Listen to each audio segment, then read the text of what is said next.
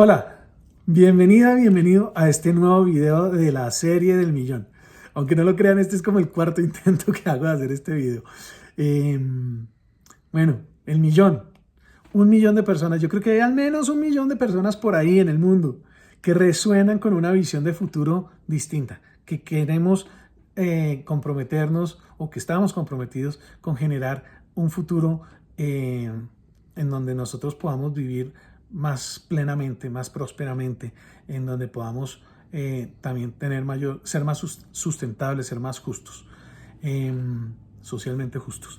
Entonces, en el día de hoy quiero traer una reflexión que nació la semana pasada de una reunión con algunos miembros de mi familia extendida, donde llegamos a un tema particular que fue el tema de las leyes universales. Yo he oído la palabra leyes universales, conozco algunas, digamos, leyes universales de las que quizás son más populares, pero me puse a hacer una investigación y me encontré con una lista de al menos 10 leyes universales. Y básicamente lo que, digamos, a donde derivé en esa reflexión que nació de esa conversación, es en que una de las cosas que yo creo que nosotros hacemos, que yo hago como coach, como consultor, como agente de transformación, es ayudarle a las personas a transformar lo que en inglés se llama su mindset, lo que en español yo traduzco como su mentalidad, lo que podríamos también llamar como su paradigma, su forma de ver el mundo, a expandir su forma de ver el mundo, para que al expandir esa forma de ver el mundo incorporen mayor poder y capacidad de hacerse cargo de lo que les importa. Y yo creo que eso es algo muy relevante de lo que yo hago y de lo que creo que hacemos los agentes de transformación, consciente o inconscientemente.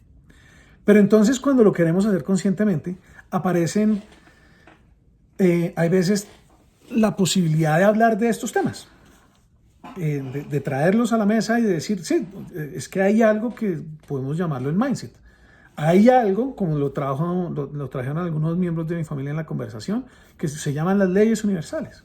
Pero cuando empezamos a traer esos términos, una de las cosas que le empieza a pasar a la gente, y no sé si te pasó a ti cuando lo escuchaste, es como que, uy, esto ya se puso así como esotérico, esto ya se puso como, dicen en inglés, woo, así como flojito, como que no tiene mucho fundamento, como que le falta rigor, como que no es suficientemente científico y racional, y esa es justamente la reflexión que quiero traer el día de hoy.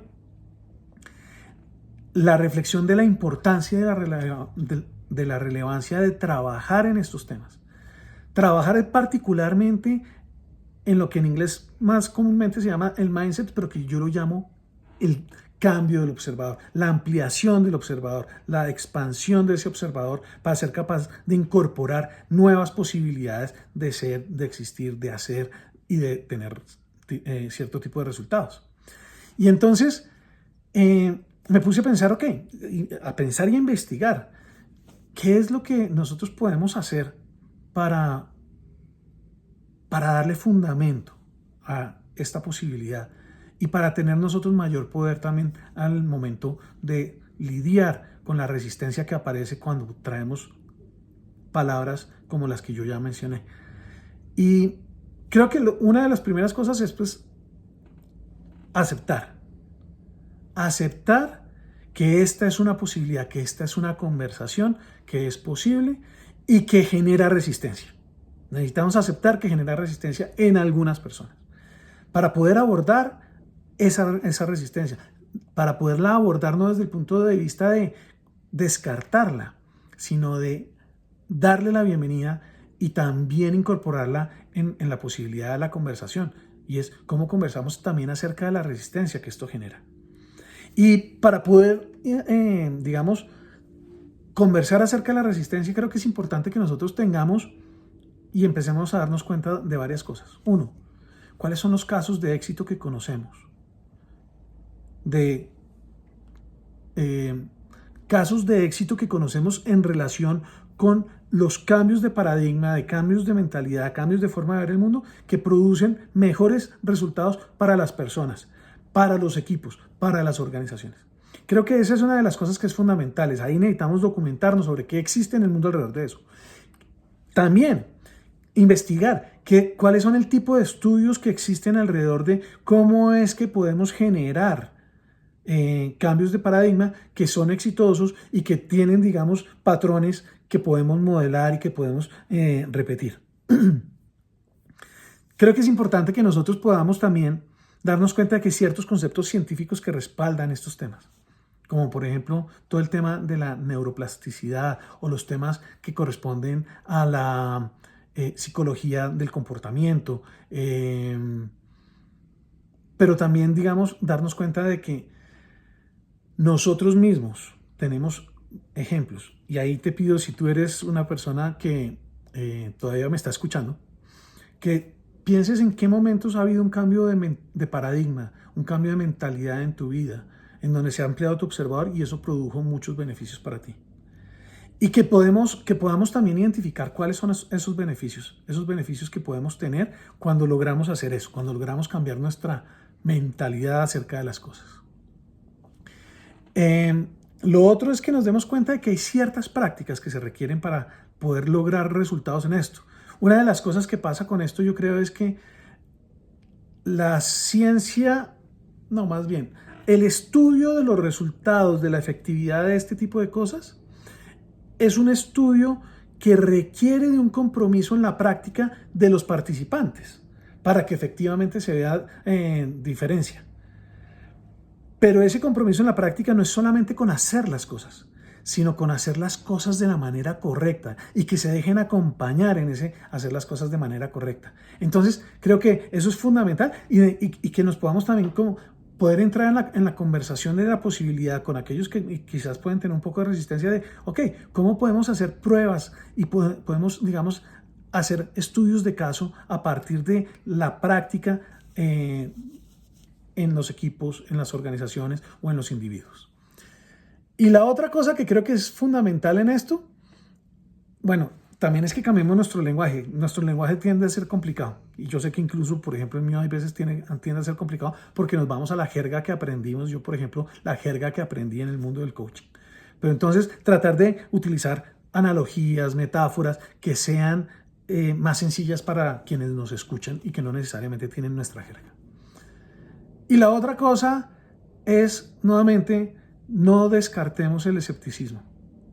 Démosle la bienvenida al escepticismo, incorporémoslo también en la posibilidad de lo que nosotros hacemos y démosle la bienvenida a la experimentación para probar hipótesis, método científico, probemos ciertas hipótesis.